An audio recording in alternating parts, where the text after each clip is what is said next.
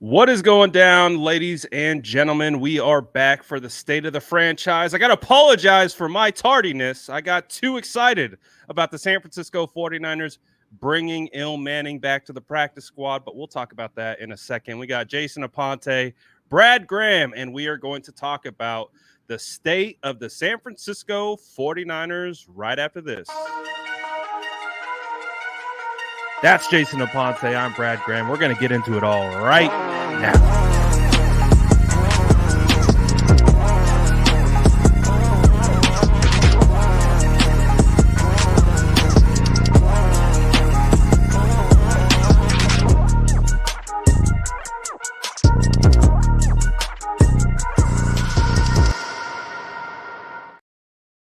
Jason Aponte, thank you for your patience waiting for me as, I'm running around here trying to get videos out and all that kind of stuff. But what are the vibes, Jason, for the 4-0 49ers? How are you feeling today? Great. I mean, Dallas week is a week where, analysis is going to be there, but this feels personal. I feel like this is the week to just, kind of talk that talk. And a quick story, on Monday, I went to a local place to get some lunch, and I'm wearing a 49er shirt and a 49er hat. And a guy walks in. And you're in New Jersey, right? Mm-hmm, in New Jersey, yeah. And a guy walks in with a Dallas Cowboys hat and shirt. And it's kind of one of those situations where we're looking at each other. Who's going to say something first? What are we going to say? And I'm just like, you know what? I'm going to let it go. Because I need to be the bigger person. And you know me, I'm known to pop off at the mouth sometimes. But as he's leaving, no, he said, not Jason. Yeah, right. As he's leaving, he says, yo, big dog. He was like, you're going down this week. And I was like, you need this. I was like, you need this. I was like, you need it. I was like, you really need to beat us because you've lost twice in the playoffs. We beat a team that you lost to. I was like, you need this more than we need this. So, and he was just like, well, I change it if we eliminated you in the playoffs. And I said, listen, if I knew that the 49ers were going to lose to the Dallas Cowboys, but beat them in the playoffs, I would exactly do the same exact thing. But I was like, you can tell that the Dallas Cowboy fans that I know in this area, they're kind of on edge, and you can feel the energy through their own team, where it's kind of just like the boogeyman is around the corner, and it's just they have to slay the beast. So they're feeling it right now. And I love this position with the 49ers being the team that's like the big bad boogeyman, because I remember a time in the 90s when it wasn't like that for the 49ers. Yeah, man, it's always exciting when Cowboys week rolls around. And to your point, it's like the 49ers have knocked the Dallas Cowboys out of the playoffs 2 consecutive years in a row when they thought they've had the roster to go all the way. And last year, when the 49ers knocked them out, you've got fans, doing what they do, punching their TV screens, burning Dak Prescott jerseys. When Dak Prescott is asked about the game last week, he like instant eyes glaze over, and he's like, it's like it took him right back, and he had an instant trauma response, PTSD reaction. And I think that's how the fans are, right? Like, and I think your interaction with that fan like kind of exemplifies like they are hurt. They've been hurting, they're and I hate to make the comparison, but we're both 2 storied franchises that haven't won a ring in a while, right? We've been a lot closer than they have, and we've also knocked them out. But it's like we're both scratching and clawing. But the San Francisco 49ers have had the upper leg on the Dallas Cowboys the last couple of years, so it feels pretty good, doesn't it? Yeah, and I killed them with kindness, and I said, hey, enjoy the game Sunday. Like that's all I had to say. Like, enjoy the game. But I'll get to it because it's Wednesday. We always have this show in the middle of the week, so it's half a review of the Arizona Cardinal game. Which I'll be honest with you, Brad, I was done with that Cardinals game after my post game show. Like, I was like, I don't want to discuss the Arizona Cardinals anymore. I don't care. Let's focus because of what's in front of us. But we still have to do what we have to do and talk about the game as well, too, because there are certain things that need to be discussed. And I feel like there's an overarching discussion. And I think there's the biggest thing that I took away from that game was that for the first time in a long time that I can remember, the San Francisco 49ers offense is ahead of the defense. And that's not to say the defense is playing bad, but the 49ers offense is right now cooking at a level that the defense can afford to slip up. And that's something the 49ers haven't been able to say for a long time. So I think that's the most exciting part for me, is being able to know that, like, hey, if we get down in the fourth quarter and maybe in a game where finally somebody takes the lead on the 49ers, whenever that is, I don't know when that'll be. But let's say you're down 10 and you go into the fourth, you still feel like your offense can get you out of it. I think in years past, if you're down 10, 17 points, you kind of just believe, well, it's not our day today, or, or it would take some sort of miracle. I don't think that that's the same way that you look at this offense now. And I think that's a feeling that 49er fans haven't known for a long time. I'm starting to identify a trend with you, Jason, this year. As each week progresses, the 49ers 4-0, so it's 4 wins. Your attention span for the previous week is getting shorter and shorter as the weeks progress. When it was like, I think last week, you're like, I don't really, let's look at the Arizona Cardinals. We'll touch on, we're going to spend a lot of time on it. But then you're like, I'm done. I'm over it. We're the Dallas Cowboys. That's it. I respect it, because you're looking forward. You got the eye on the prize. Yeah. And the 49ers are looking to playoffs. That's where we're going. So we'll, of course, look into the Arizona game, but it's Dallas week. So we got a lot to talk about with Dallas. But to your point that you made, I 100% agree with everything you said, because in years past, I look at the 2019 year, the last time they were 4-0. It was the defense that was carrying them to 4-0. It was basically the offense just not messing it up, right? Like, you had that Bucks game week 1, is a little dicey back and forth. Defense ultimately holds strong. You had the Jimmy Garoppolo pick 6 and like all that type of stuff. Jameis threw 2 pick 6s. Yep. And then you had week 2 against the Bengals, right? Kind of a back and forth. Matt Breida did a lot on the ground on that game, but they also had a good defensive performance. That Steelers game, week 3, Jimmy had to clutch it out at the end. He had the clutch drive at the end, but that was like the only thing that the offense really did. And we saw throughout that year, it was New Orleans. It was the comeback against the Rams. Like, you can count on one hand how many times the offense had to step up. To your point, it's been the offense all year so far. And it's not the defense is playing bad. No. I think people are having a hard time with the defense because last year, remember, I think we were talking about like how good this defense was. Oh, this is better than 2019. Is this better than Harbaugh era defense? Like, that's what we were talking about. And so I think it's just a shift, right? The offense with Brock Purdy right now, CMC, Ayuk, Kittle, Debo, is just being executed at such a high level. And it's a bit of a change, right? I would say this is the first time under Kyle Shanahan that this has ever happened, that it's been the offense pulling the cart and not the other way around. 100%. I mean, you look at the game that Brock Purdy had, you look at the offensive output, and George Kittle had 1 catch for 9 yards, and Debo didn't even catch a pass. And obviously Christian McCaffrey is incredible, and he's garnered the MVP discussion, and I think he's hands down the offensive player of the year right now. Yeah. And Brandon Ayuk is clearly ascending, but I mean, think about that. Just think about that for 1 second. Like, George Kittle's not really doing too much in the pass game. He's, contributing in other ways. Debo Samuel tried to gut it out. I think the best thing about that game is that he got out of it feeling okay, even though today he was a little bit limited. But there's so many ways for the 49ers to kill you, and it all starts with the quarterback, who was he was flat out insane in this game. And I don't care if you do that against Air. I don't care if you do that against the high school team. I don't care if you do that against a college team. To have one pass be incomplete on like 3rd and 23 when it's an obvious passing down and it was an all-out blitz and you just got rid of that thing. And you got pressure from the left side, right, and he just got rid of the ball. Like, Brad, I've seen Alex Smith go 18 for 19 on largely like 4 yards in front of the line. Check downs, quick throws. Yeah. Brock Purdy wasn't doing that. Brock Purdy throws a dot in between 2 defenders to Brandon Ayuk. He's hitting him on a over route. Like, Purdy wasn't just checking it down and just taking screen passes, and that's how he's running up his completion percentage. I've seen that story before with like Sam Bradford. Sam Bradford won the completion percentage award, and he was throwing largely 5-yard passes.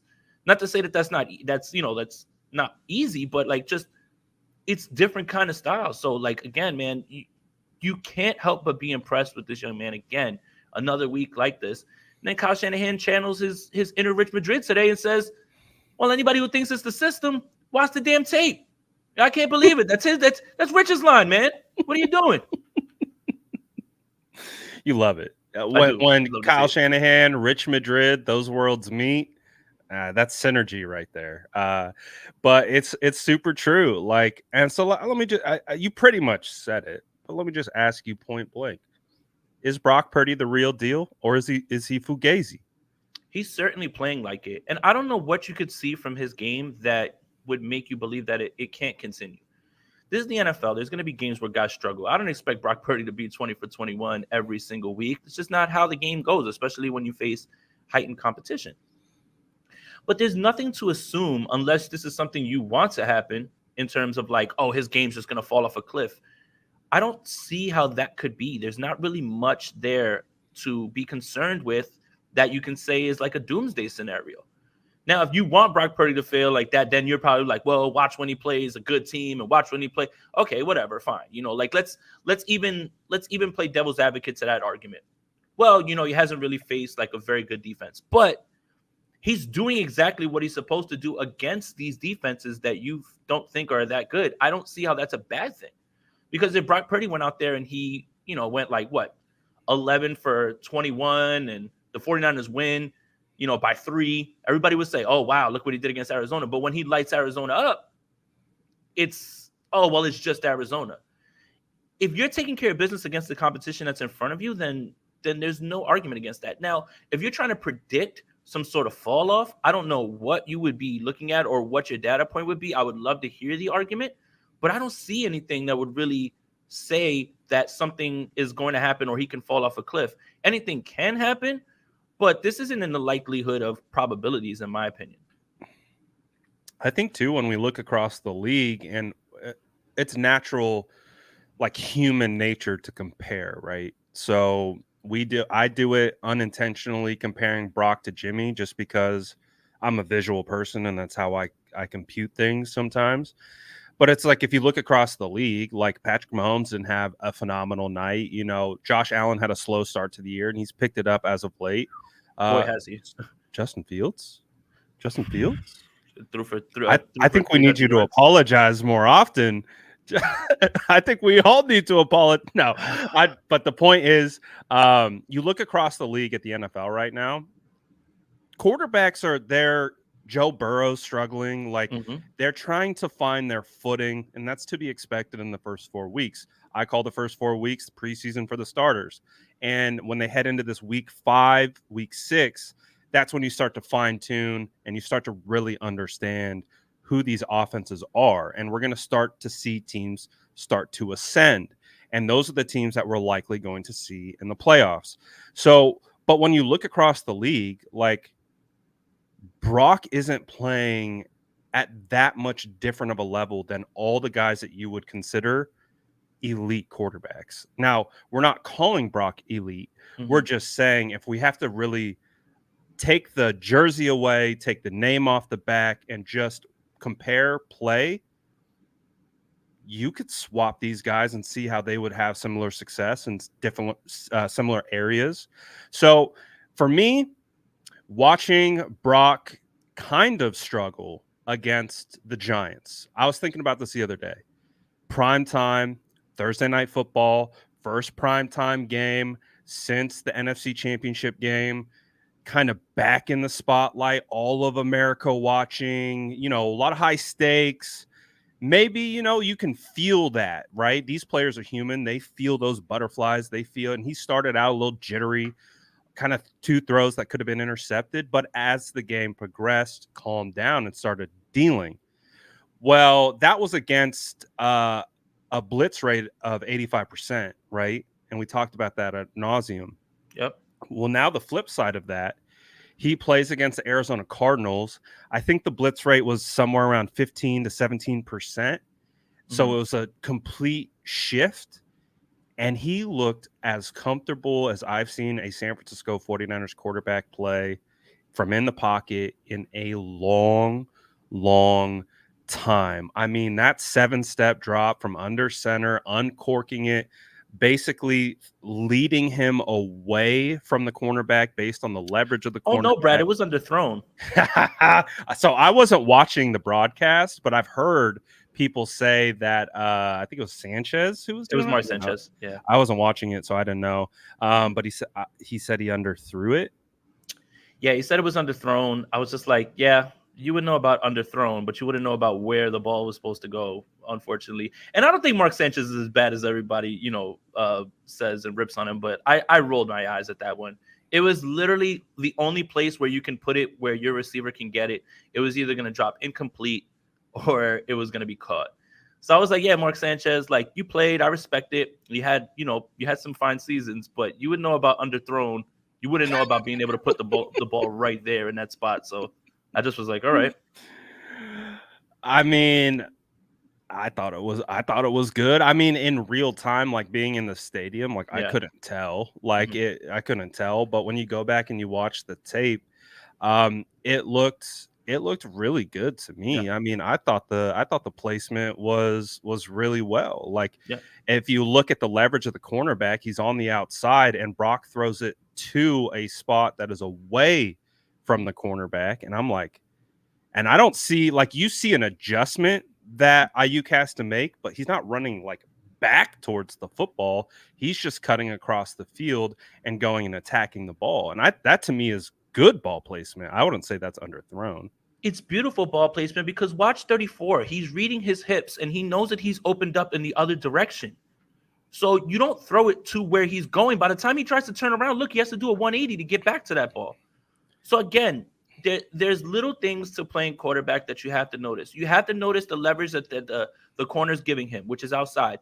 Then you notice the safety who's coming over, and he's going to do a 180. By the time he turns around, that ball's already in Ayuk's hands. But that's because Purdy read his hips going that way. You don't throw it that way. You throw it away from him because even if he does turn, it's going to be too late. That's the little stuff, right? That's the stuff that I fear when people try to knock down Brock for what he's doing right now. You're not noticing those things, and you have to be able to notice them in a split second the way Brock is. Like being able to understand that the covering safety has opened his hips and is running this way. Now throw the ball behind him. Throw it the other way behind him and give Ayuk a chance.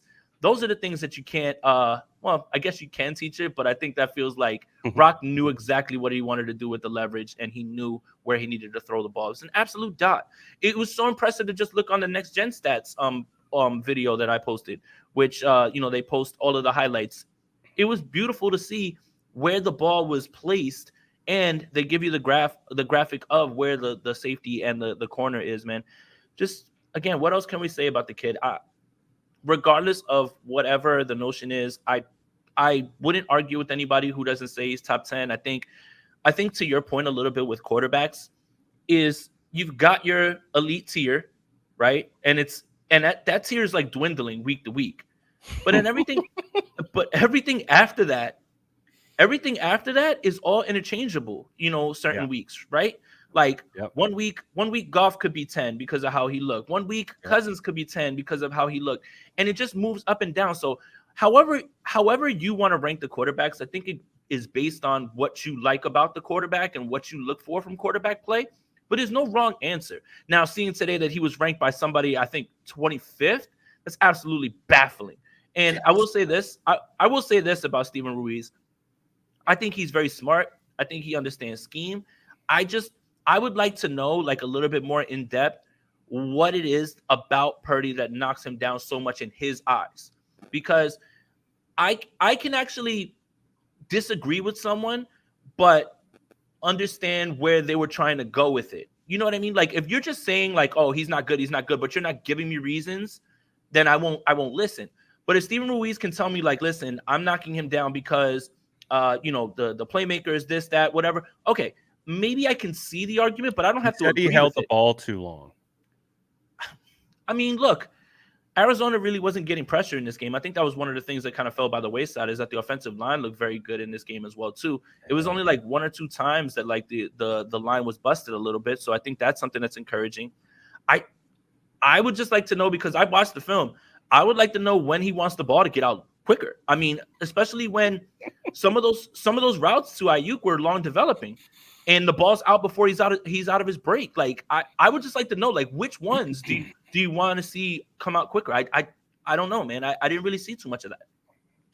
Yeah, I didn't see it either. Like, the one in the end zone, for example, when he's kind of looking at Ayuk and then he comes off that and throws a dot to CMC in stride for a touchdown. Like, I don't know. I don't understand it either. Like, we all have eyes. We can all watch the film. So I don't know how some of these people come up with some of these thoughts other than they don't watch the film and they just kind of cherry pick what they think sounds smart Yeah, to be like, well, he's Mr. Irrelevant. He's really not that good.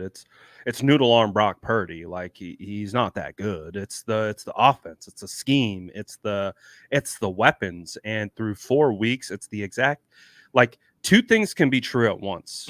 The scheme and the weapons can be tier one, like the best.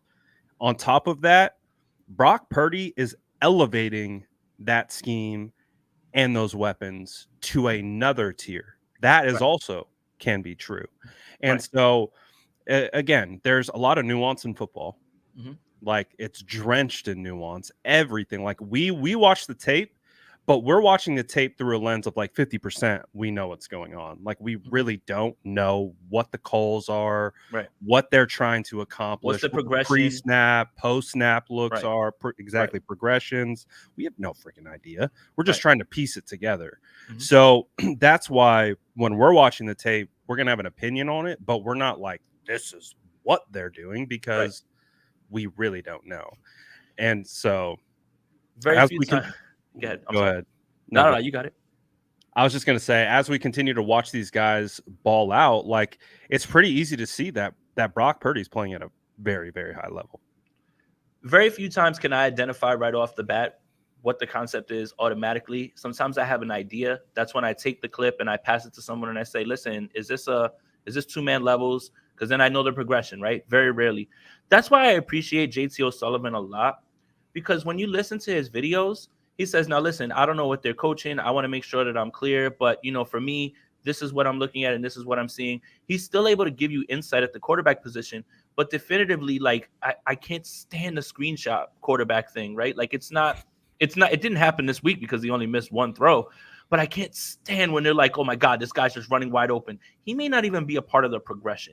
He may be the last part of the progression. He may not even be the route combination that they're trying to work. Like those are the things, like when people post like, oh my God, Kittle's running wide open. What is he looking at?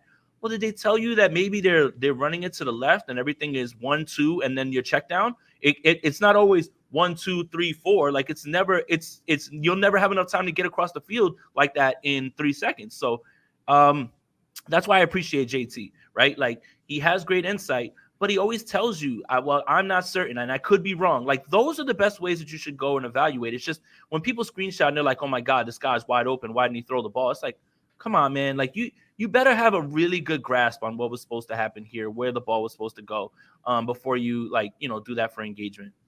100%. And we got one of those plays in this game against the Cardinals. You had George Kittle wide open in the end zone, but it looked like a read where Brock picked the left side of the field, and so that's where he stuck with.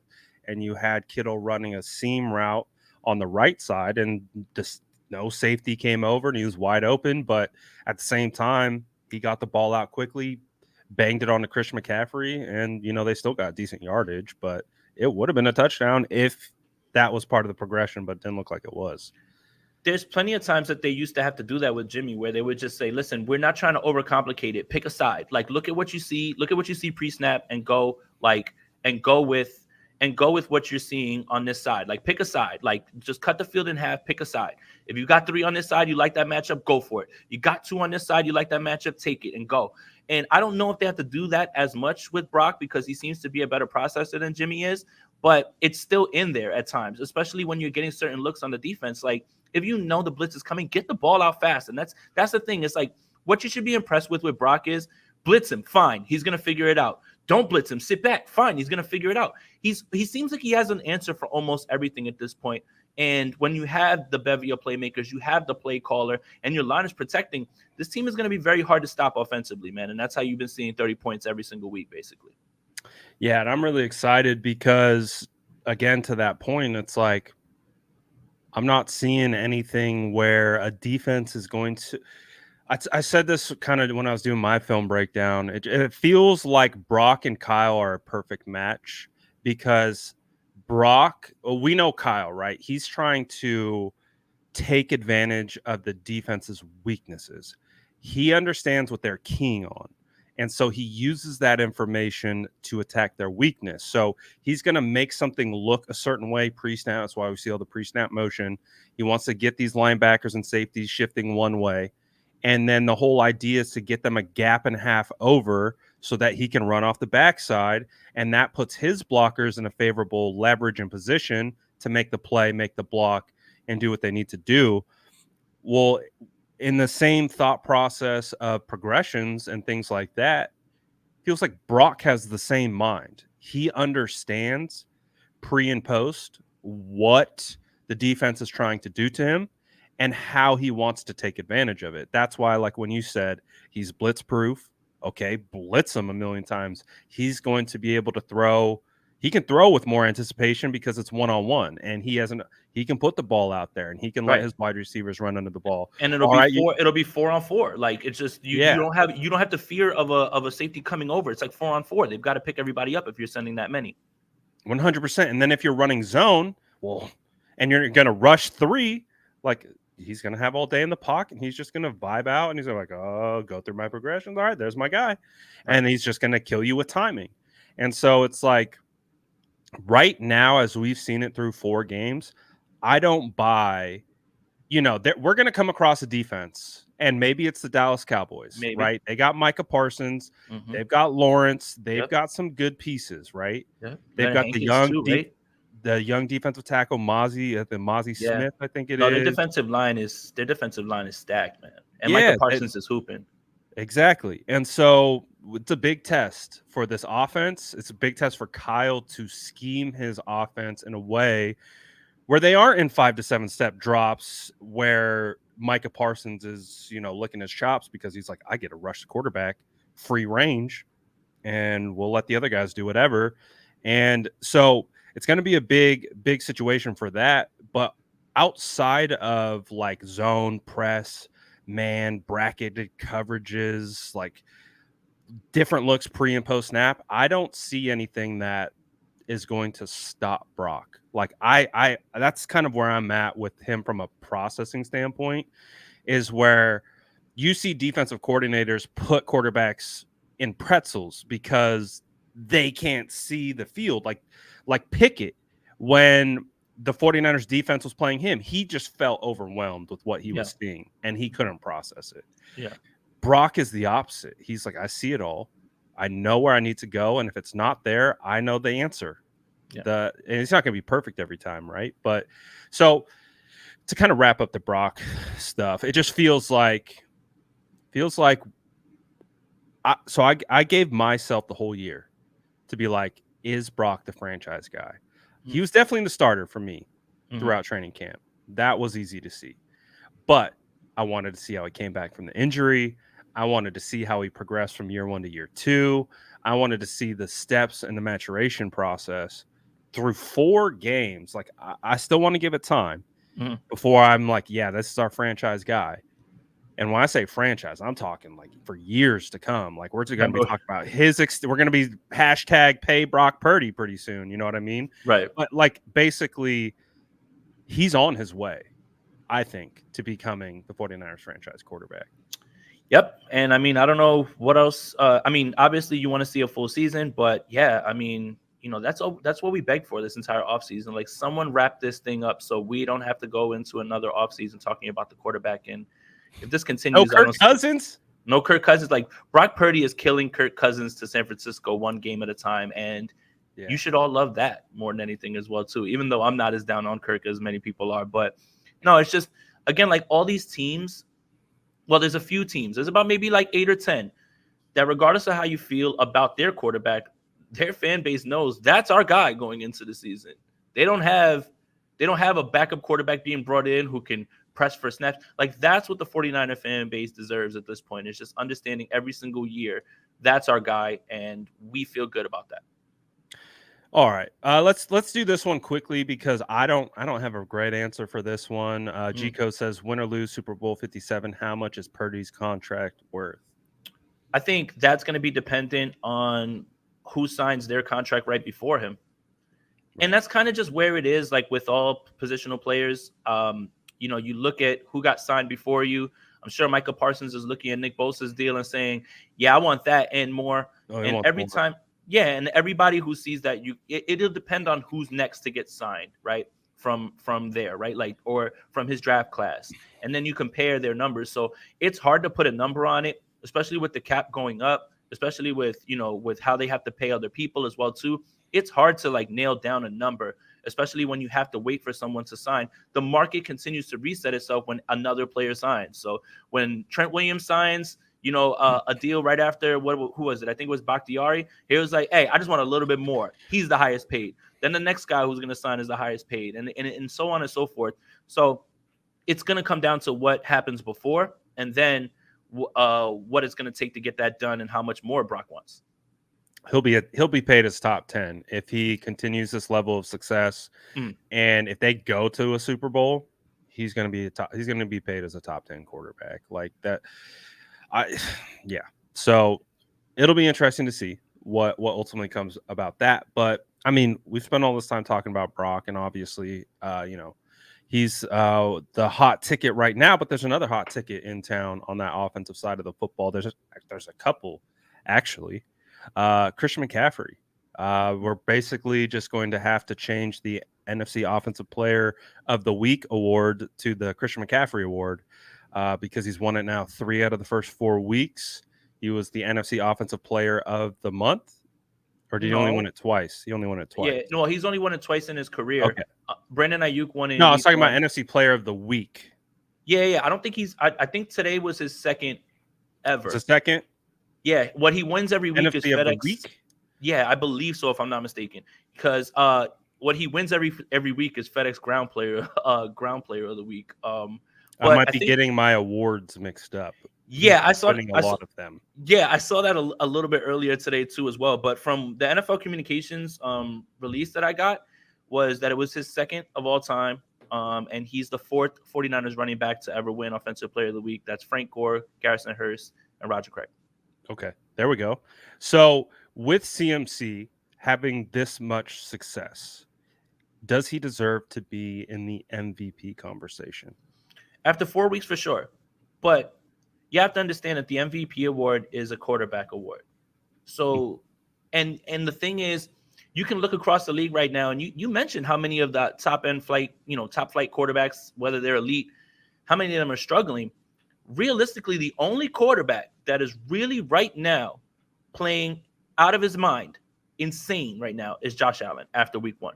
Like, week 1 feels like 3 months ago. The next 3 weeks, Josh Allen has been incredible. And I think you have to attribute that a lot to the fact that the Buffalo Bills now have a running game for the first time. James Cook, Latavius Murray, Damian Harris, they're running the football. And he's playing so efficiently, especially from under center. His numbers are sparkling. And it's not to say that Christian McCaffrey doesn't deserve the consideration. It's just, if Josh Allen continues to play like this, he's going to run away with this thing. Now, what I don't think is a discussion right now at all is that Christian McCaffrey is going to win Offensive Player of the Year.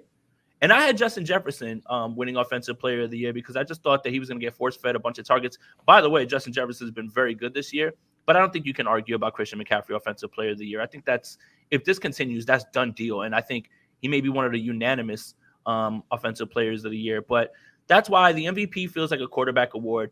Offensive Player of the Year feels like for everybody else. But he would have to do something historic, like break the rushing record, break the touchdown record, and have 1,000 yards receiving to be the first non-quarterback to win since Adrian Peterson. I believe Adrian Peterson was the last non-quarterback to win the MVP. 2012, I believe.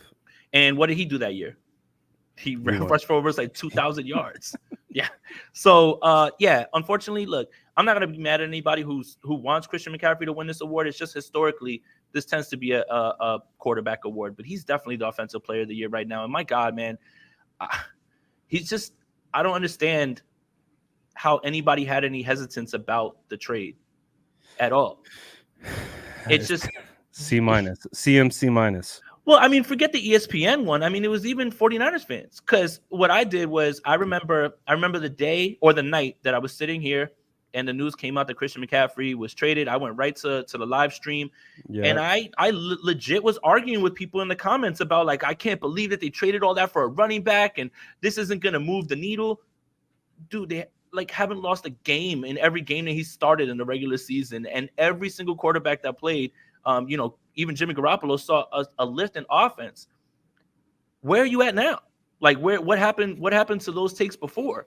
And it's just like you're watching him right now shift everything. And it's not even just the fact that when the ball's in his hands, he's dynamic and can't be brought down, but it's just the gravity and attention that he has on the field. Like you have to pay attention to him because you are ultra flexible and can do whatever you want. It's opening things up for everybody else.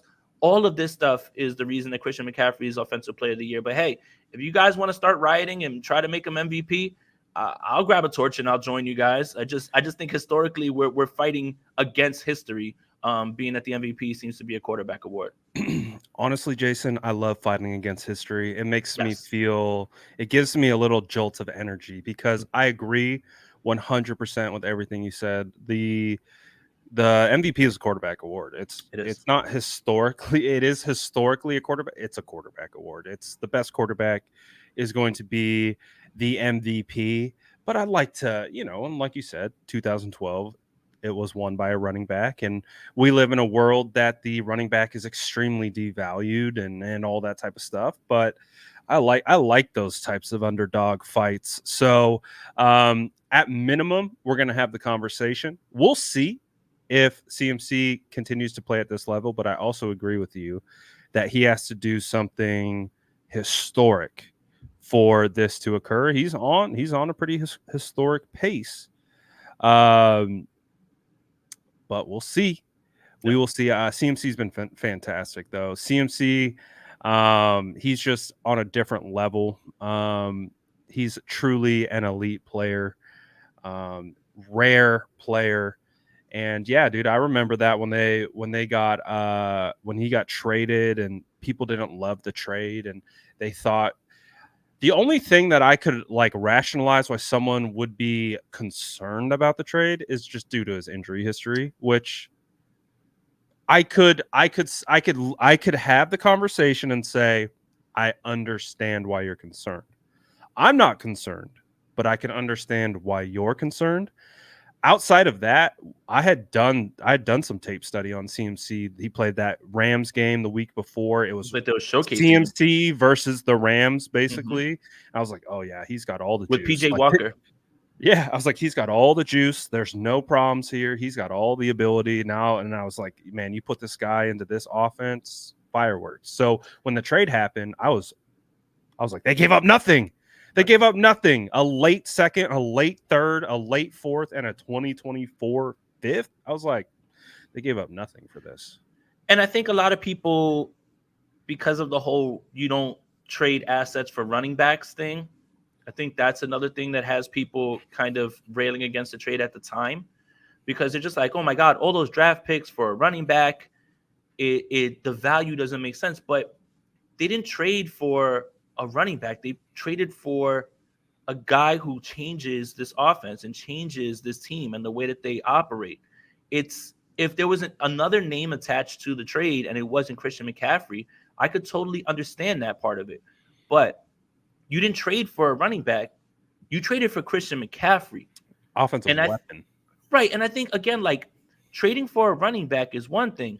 And if it's a running back like I don't know, man, like if you would have done that for maybe I don't know, maybe Derrick Henry, I could see a little bit more outrage. But as Christian McCaffrey and as versatile as he is, how he sees the field and how he impacts the game, I think that's what changes the way that it can't be you can't trade for any running back when it's Christian McCaffrey because it's something completely different than just any running back. Yeah. CMC's elite. He's different. Had a bit of an injury history, but outside of that, again, he's changed the offense. And not changed he's enhanced the offense. Mhm. So love him. BA, what do you think about BA? My God, man. What I am so happy with this. Um, I made a cheesy joke from doghouse to the penthouse.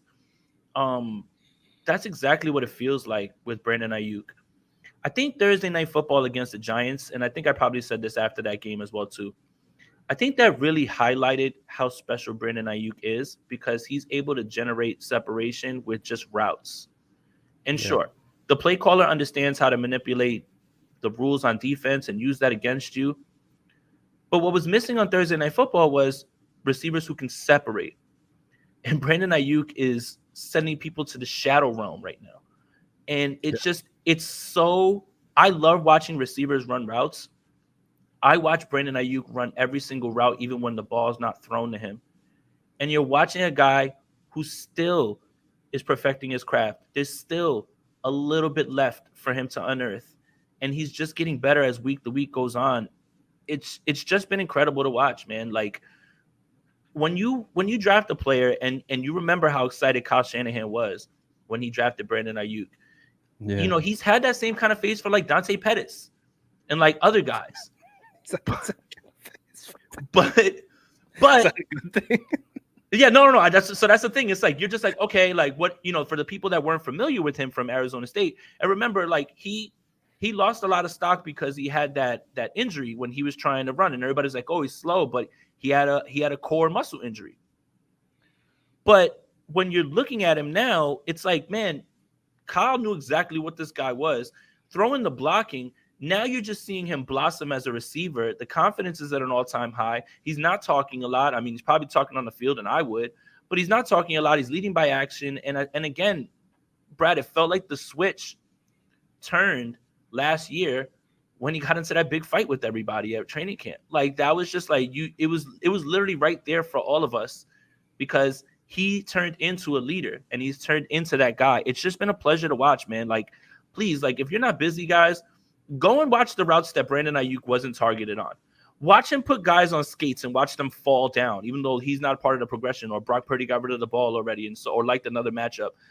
That's what you should really be watching. If you want to watch the 6 catches, that's fine. I prefer to watch the 40 some odd routes that he's run and just be amazed at how he's pressuring the defense with leverage and his footwork and understanding how to manipulate bodies with how he can use his footwork at the top of routes. All of those things are really the sign of a guy who has been just maturing. And the last thing is Next Gen Stats has something that's called average separation, which essentially is wide receivers, when the ball is thrown, how far away is the nearest defender from you? And it's a little bit of a flawed metric because Cole Kmet leads the league with like 8 yards per separation, but all of his throws are like screens and there's no defender near him, right? Like he's not running routes. Like they're letting everybody run downfield and then they're just dumping it off to Kmet so no one's around him. But as of right now, Brandon Ayuk is at 2.6 yards per average separation. He is tied with Justin Jefferson for that same amount. Now, I'm not saying what you think I'm saying, but he's in that same group of draft class. So it would be hard to dismiss the fact that Justin Jefferson's one of the better wide receivers in the league, and Brandon Ayuk is generating the same sort of separation. That's the sign of somebody who's really coming into his own and moving up into an upper echelon of wide receiver. I really feel like the connection between Brock and Brandon Ayuk is so special right now. Like, and we're seeing so much more production out of Brandon Ayuk as a result. I made a tweet about this, which I'm sure you probably have seen, where people were coming at me because they felt like I was discrediting Ayuk. And in fact, it was the opposite. Brock Purdy and his ability to find the open wide receiver and challenge defenses deep downfield is going to leverage Brandon Ayuk into a big time contract with this team. I think it's really going to happen. Oh yeah. Like if Jimmy Garoppolo was the quarterback for this team, I could honestly say I don't know if you can justify paying Brandon Ayuk as a top 10 wide receiver with Jimmy Garoppolo as your quarterback because he doesn't throw him the football. And if that's the case, like I love BA. I know we both know how talented he is, and we both know how good he can be. And we probably both have him. We've both been high on BA for years now, right? So we've always had him at this upper echelon potential, but he just wouldn't get the targets. He wouldn't get the looks with Jimmy. Brock is giving him the looks plus some. He's giving him back shoulder 50-50 balls. He is giving him the deep ball downfield. He is giving him the deep overs. Like he's looking for BA. Yeah. And because of that, I think the 49ers are going to look at this and be like, we can't let BA go. Mm-mm. How can we let BA go? Mm-hmm. Even if we have to pay him as a top 5 wide receiver, which he's worthy of, Right. how do we let him go? How do you let this guy walk out the door and go sign somewhere else? And when you know Brock Purdy needs a legitimate number 1 wide receiver, so he's here. We got him. He's homegrown. He does everything we want. He blocks edges. He blocks 20 yards downfield, and he can beat you deep. And he runs routes like a madman. Pay him. Yeah. And I think a big part of that is because of him and Brock's connection, and Brock is going to look for him. So pay Brandon Ayuk. You have to. You have to at this point. I don't see how you can't.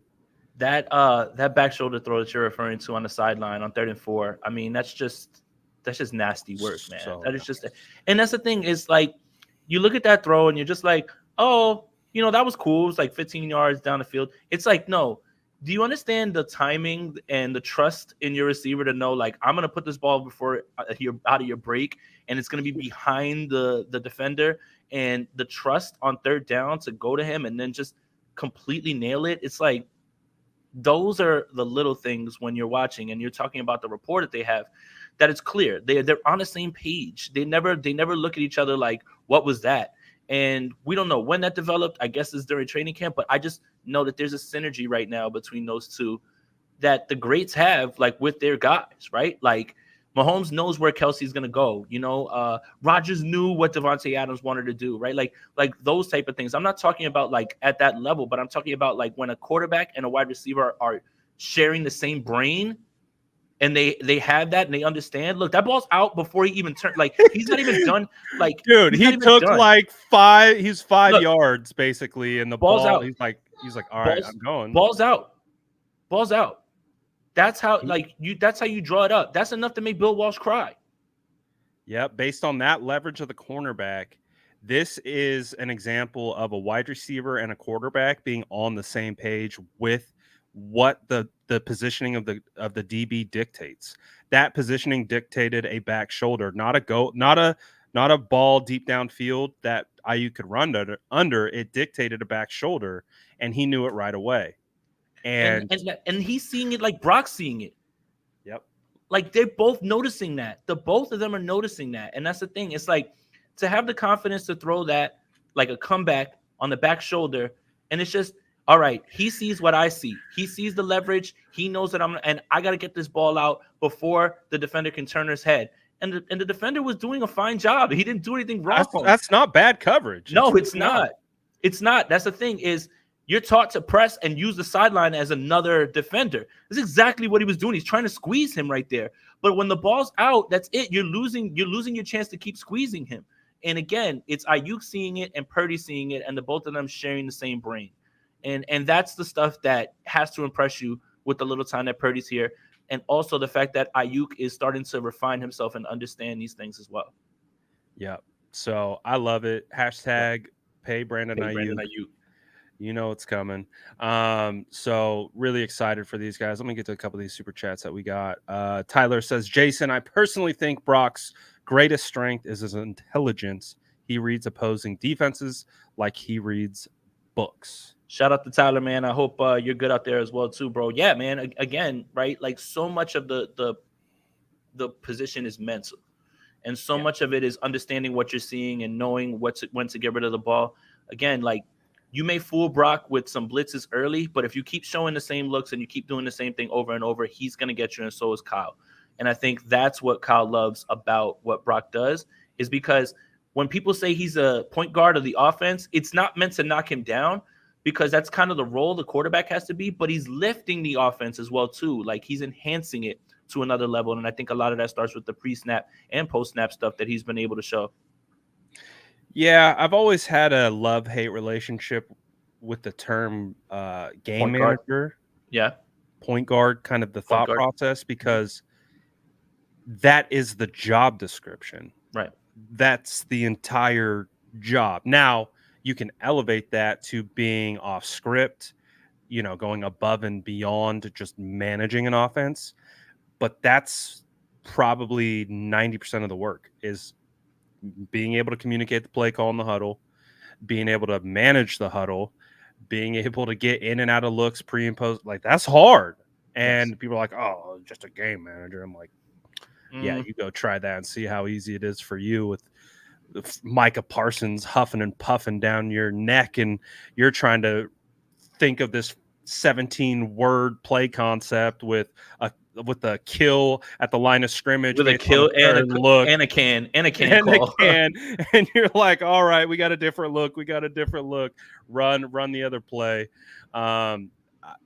That was one of the hardest things I struggled with as a player. Like, it's a list. There's so much my ADHD brain couldn't handle it. It was like, woo, there's too much going on. So you got to be a special type of mind to be able to process all that information in real time. Jamal says CMC is the blueprint for the modern running back. Do it all back in pass and run game. Guys like Bijan, Gibbs, and incoming rook Will Shipley should be in his ear. I gotta say, man, Bijan Robinson was tearing up Andy's room on Sunday.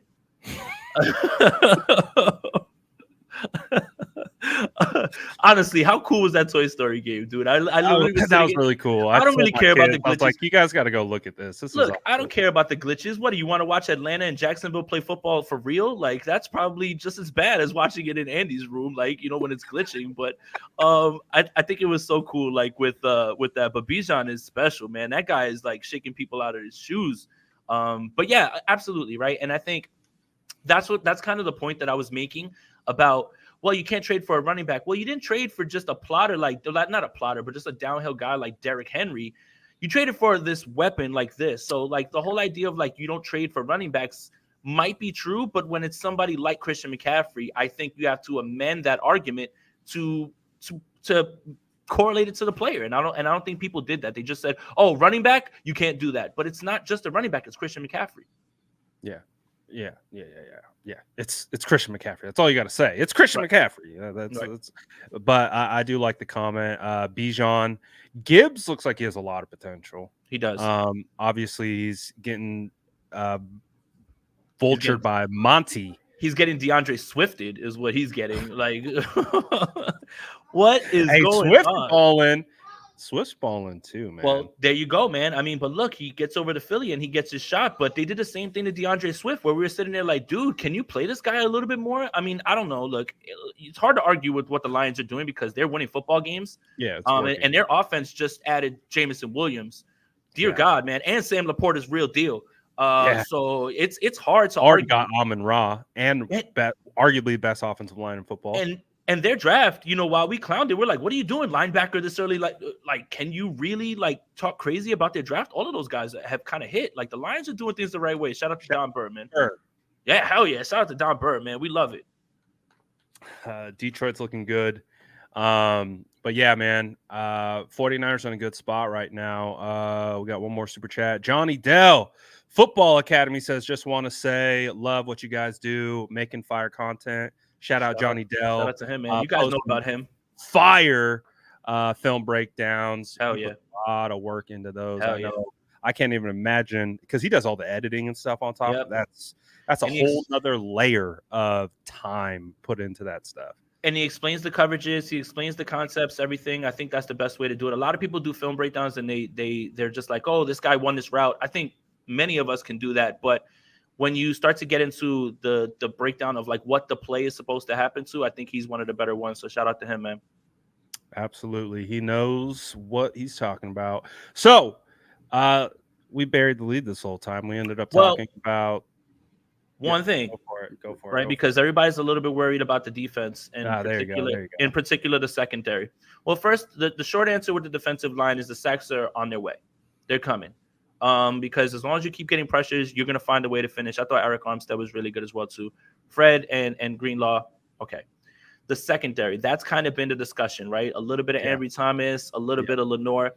And you start to see the conversation lift to, well, why are they playing so off? Why are they doing that? So I went and I dug up some numbers from Steve Wilkes last year with Carolina. Actually, the article should be dropping pretty soon on Niners Nation today. It's a survey about, are you happy with Steve Wilkes through 4 weeks? But I wanted to give you guys some numbers and talk about a little bit about his style, because I think people weren't familiar with his coverage style from Carolina. And it's kind of carried over because that's what he's comfortable with. But there have been tweaks because of the personnel. So I wanted to get into that just real quick, Brad. So Yes. No, I want to too. I totally forgot. last season, as the DC and the interim head coach in Carolina, the Panthers played zone 64% of the time. That was 5th highest in the NFL with a 45% success rate. That's 12th in the NFL. The defense was in man for 21% of the time, 28th in the NFL, and the split was 79-15 in front of zone. So 79% 15 in front of zone, right? The majority of the zone coverage was MOFC, which is essentially single high safety looks and either cover 1 or cover 3. That was 46% of the time that they ran MOFC, which is single high looks, cover 1, cover 3. Now, it was 39% of MOFO, which is 2 high safety looks and cover 2 and sometimes quarters. That ranked 18th and 17th in the NFL, respectively. But last year, Wilkes blitzed 31% of the time, which was 9th best in the league, right? Now, we switch over to this season. It's a 4-game sample size, and clearly we know, and I know you love Brian Burns, clearly we know this 49ers defense is better than the Carolina Panthers defense. Yes.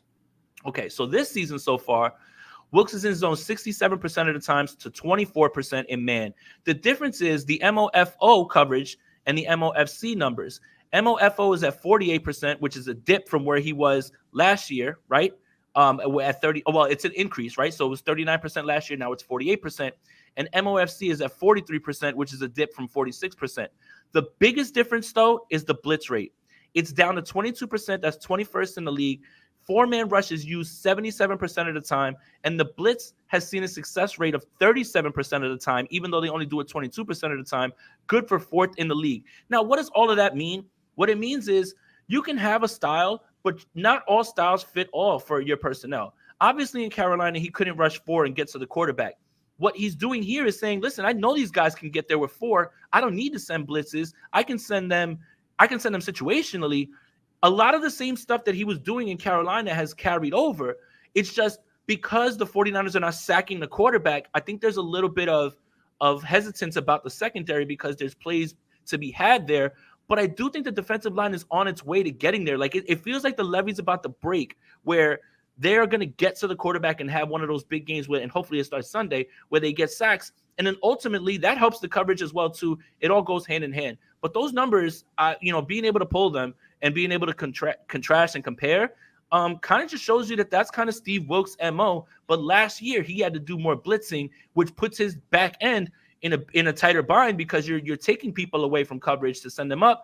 Now he can keep everyone in coverage. So that's why maybe if you're asking yourself why is it so zone or why is it so soft, is guys are playing the way that Steve wants them to play, but he's expecting the 4 to get there. I hope I was able to explain that without like too many weird numbers and just like it was clear. But no, it was a lot of really good information, and because a lot of people have questions on the defense right now and where are all the sacks? Where's the sack production? I'm really glad that I did the defensive film breakdown this week because I am admittedly an offensive elitist. But I just like the offense. That's where I feel like I understand, I'm a trench guy, all that type of stuff. Coverages aren't really my thing. And so obviously when I'm breaking down defense, I'm trying to figure out like, what coverage are they running? Why are they running this coverage? Why are they playing with? So in my breakdowns, I'm just more posing questions like, why why are we playing so much off coverage? Why is there so much bail technique on a 2nd and 10, and they're running to the sticks, turning around and getting a completion? I'm trying to understand those concepts because I'm not a defensive expert.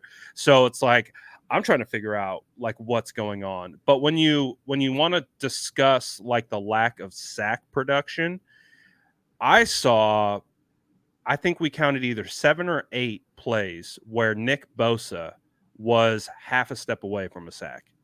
And you Right. also have to give a lot of credit last week to Dobbs. I came away watching Dobbs like, all right, this guy's a legit quarterback. I apologize. I wasn't familiar with your game. He was getting the ball out quick. And so the 49ers were giving him those quick outlets, and he was taking it. And as a result, Nick Bosa, we only had 1 sack from Javon Hargrave. Javon Kinlaw would have had a sack damn near, but he got caught up in the mix after he beat his guy.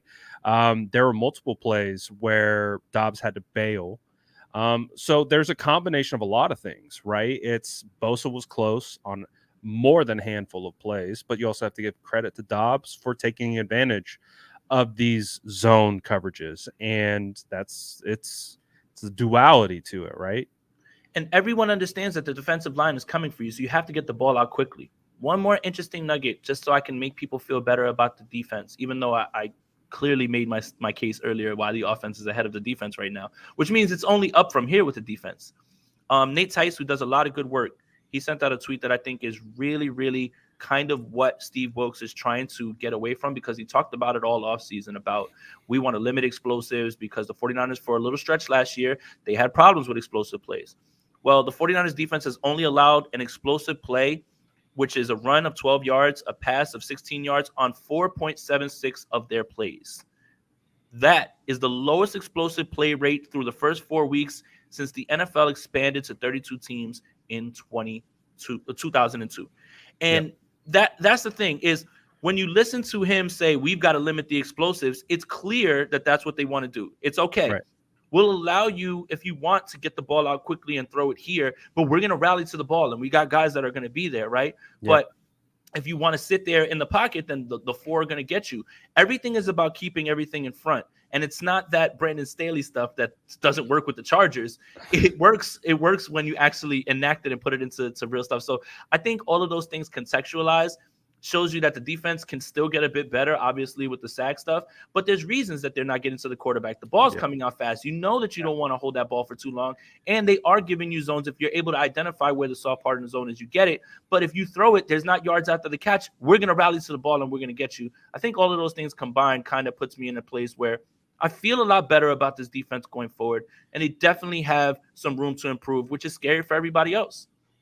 Exactly. You nailed it on the head, and I think your point about the explosives is the main point. It's like, again, not watching on the broadcast, sitting in the stadium and watching the game and the organic flow of it, and like you see them go on a 99-yard drive and score, and like you're watching them dink and dunk their way down the field. It's just like in my head, I'm like, why are we getting dinked and dunked to death? It feels like not just this week, but Daniel Jones did it to us. Kenny Pickett did it to us on that 2-minute where they went and scored before halftime. So it's like we're starting to build this case study where it's like we're not getting the sack production, we're getting pressures, but we're not getting home, and to the point where we're getting those sacks, which again, sacks are they mean a lot, but they're also kind of I don't know what the word, like a flashy stat kind of. Sacks sometimes can need context, right? Like for instance, in week 1, Drake Jackson has 3 sacks. I would argue that he owes 1.5 of them to Eric Armstead for flushing the pocket and sending him that way, right? Like it wasn't like he was just blowing people off the ball. Two were on bailouts. Right, that's what I mean. Like, and because Eric Armstead's collapsed in the pocket, all of those sacks, they need that sort of context sometimes. But other times, I feel that the greatest barometer of how you're winning is if you're creating pressures in your one-on-ones. Now, a pressure could mean you've literally put the quarterback and moved him off his spot, and now someone else has cleaned it up. They get the sack, but you're the reason they got the sack. And I think all of that stuff goes hand in hand when you look at pass rush. So it's the great debate: pressure, sacks. You still have to finish because that's important. You can pressure a quarterback, move him out of his spot, but if he's still able to make the throw, the pressure's all well and good, but you gave up the play, so you do need the sack. But I do think there is a little more to the whole pressure versus sack thing because guys get sacks as a result of someone else's pressure. Yeah, and that's why I was like, I'm really happy I went back and I watched the defensive film because it made me feel a lot better about it. And I'm like I still have questions about why they are playing certain coverage, but exactly like you mentioned is exactly how I rationalized it. They're keeping everything in front of them. They are not giving up the big play. And they might give up a chunk play here or there, but they're not giving those huge explosives downfield that's flipping the momentum of the game and any of those types of things. Now, so like where I'm looking at it was like, well, can you tweak a little bit? Maybe not play press man, but shorten the cushion a little bit. Not play straight bail technique, right? Bail techniques where you flip your hips and you start running the other way with the receiver, kind of more in phase type of almost like basketball defense. Again, I'm not a cornerback. I don't know what the hell they call their technique No, or that's cool. whatever. Yeah, it's bail, and sometimes if he's getting away from you and you're behind him, trail. Basically you're taught Yep. to watch the hips and just follow Sit in him as that he hip goes. pocket. Right, and then you have someone over the top, so that's the only way you can really run trail. Because if you're running trail by yourself, like you're gonna be in trouble. But if you have someone over the top, you can run trail, stay on Yep. that hip, and then you have a guy over the top that can help you as well too. And you just have to make sure that you don't get juked out by arms and head. You've got to be able to look at Right. you've got to be able to look at the torso and say you can't juke that. That's the part that you can't juke. So that's why, like, when I look at coverage, and like Ambry had a rough day in the office, right? He had Yes. one really good rep, but then Okay. after that, it was He just gets hit on double moves too concerning. much. It's Yes. the So double moves. Wilson hit him with that little stutter, and then he was gone. And then I think he also busted on that zone where he He scored did a bust. touchdown. He was supposed to. Because He was supposed to came sink. down. He was Yeah, supposed to sink. he came down on the outbreaking route instead of sinking into the end zone, Right. and stunk it up as a result. But with this defense, I mean, I see Charvarius Ward didn't practice today, by the way. So we'll see what's going on with that. But Charvarius Ward, Diamador Lenore, and Isaiah Oliver seem like your three best corners, with so. Demo and Charvarius on the outside, Isaiah in the nickel. That's where I feel most comfortable. And, they had a coverage bust. I know him and Warner had a bust. Isaiah Oliver and Fred, there was something going on there. On a dropped pass to Hollywood Brown. But outside of that, like, I'm actually like, I see it. I see the vision. I'm like not as concerned after I've watched the tape. And I'm like, honestly, if you could generate more of a pass rush outside of guys named Bosa and Hargrave and Eric Armstead, then maybe the ball, maybe that coverage that they're running would be paired better if they're just raising havoc up front. Now, they're, like I said, they're being able to collapse one side. How do you feel about the opposite side? Drake Jackson, Cleveland Farrell, Kerry Hyder. Do you think that is sustainable for this defense, or could that be a position? If you had to pick a position to upgrade at the deadline, would it be cornerback? Obviously, it's dependent on who. But if you had to pick a position, would it be cornerback you're going after, or would it be a defensive end? Both of them at this point. And Randy Gregory just got released by the Broncos, and I love him as a depth piece, right? Like, I don't think anybody's looking at Randy Gregory like that guy that he used to be. Even though he got paid, he's still going to get $25 million from Denver. But if you add Randy Gregory to this rotation, he's still a guy that can be productive as well too, and he may not have to cost you much at this point. But I would love to see them add another cornerback. I think the 49ers are telling you that they're in the cornerback market. I mean, they worked out Jason Verrett, they brought in Anthony Brown. Like, they're still looking. And again, it's all about the options, right? I think we all look at Patrick Surtain and we're like, please, but it takes two to tango. Does Denver want to get rid of him? And they won. That doesn't help the tank situation. Right. So that's the thing. It's like, what are the options? But I would love to see Randy Gregory come in here and be a rotational guy with the rest of these guys, because Chris Kosura can fix him.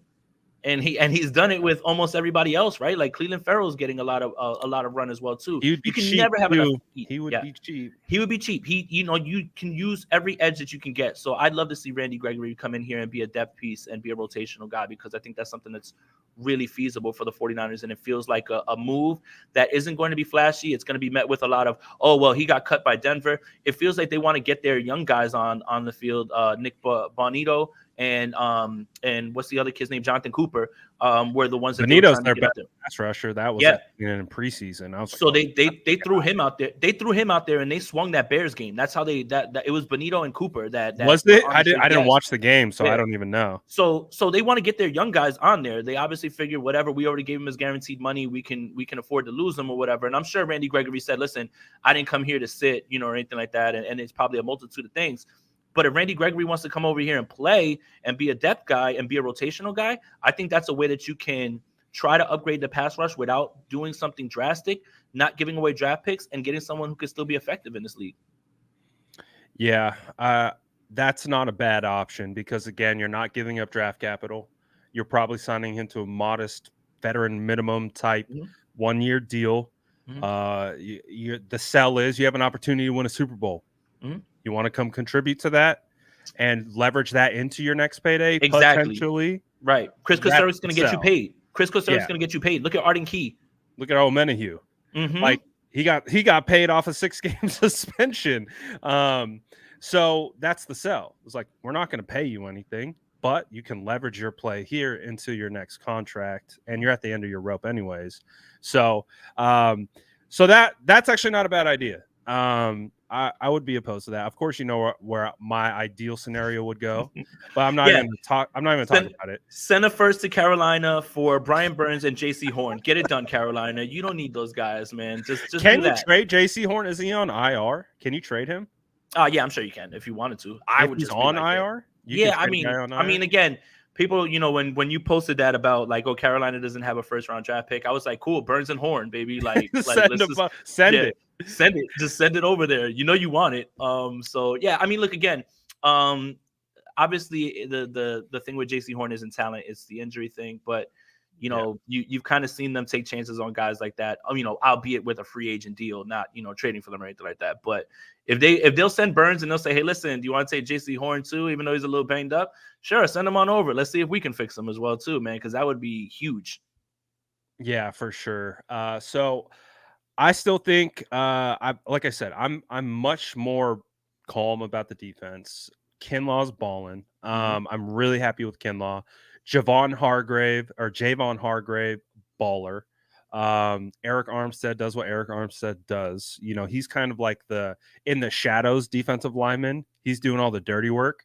I saw Jordan posted that one. I saw it from him first where, dude, Eric forklifted Will Hernandez and put him on his butt. Like, I was like, damn. I don't know. Like, I do want to see more out of Drake and Cleveland, though. Like, I do want to see more pressure from their side. I think they're capable. Drake had one of the cleanest reps of the day, where you could see the technique. It was so sick, dude. He literally is running. He shows his chest at the tackle. The tackle then sees that as an initiation to punch. And right as the tackle goes to punch, he changes his, basically he shows his chest and then he takes it away and it forced the tackle to miss. And then he rips under and cuts the edge off. Almost got home. But I was like, damn, that is so Drake has a ton of potential to get that done. I just want to see it more. I want to see more often. I need more consistency out of that other side, from Drake, from Cleveland, and because Hargrave and Bosa are forces. Everything is advertised. So I want to see a little bit more, but I'm also, again, like I said, I'm not concerned anymore. I get it. Like, I understand it. It's coming. The sacks are coming. I'm like, okay, I'm fine. I'm okay. At first I was like, all right, is it time to be concerned? It's like, no, it's all right. I'm not. Yeah. It's not that bad. You can explain away a lot of the things. So we have a couple super chats. Okay. Let's see. Let's try to get through these ones a little quickly. Pete Cap or Purdy right now? Man, I don't know, man. They just did two different things, man. Cap was just electric, man. I'll never forget, the 2012 run and everything. I can still see clear in my mind him running right through the Green Bay defense, and just Clay Matthews is in a blender, man. And I love that playoff run so much. I think they just do different things. I think from a quarterback Very different standpoint, things. yeah, it's hard to pick. It depends on what you want in your quarterback. The thing is as we kind of saw, when the league gets more film on the zone read and they start to figure it out, and if you're not progressing, that can turn into something that if you're not progressing, then it can be stopped. With Purdy, I don't think that there's a secret sauce to stopping from winning in the pocket. But I will say, man, I love Cap, man. I love watching him ball. I loved those years, especially like when he went to Carolina and he did the Superman and he buttoned it up, and then and even that throw going to the Patriots and beating them in Foxborough when that was never a thing, or that throw in the NFC Championship game when he lifts off the ground and he throws a dart right over Thomas right into Bolden's hand, man. Like I have those moments embedded into my mind forever, man, and I loved watching him play.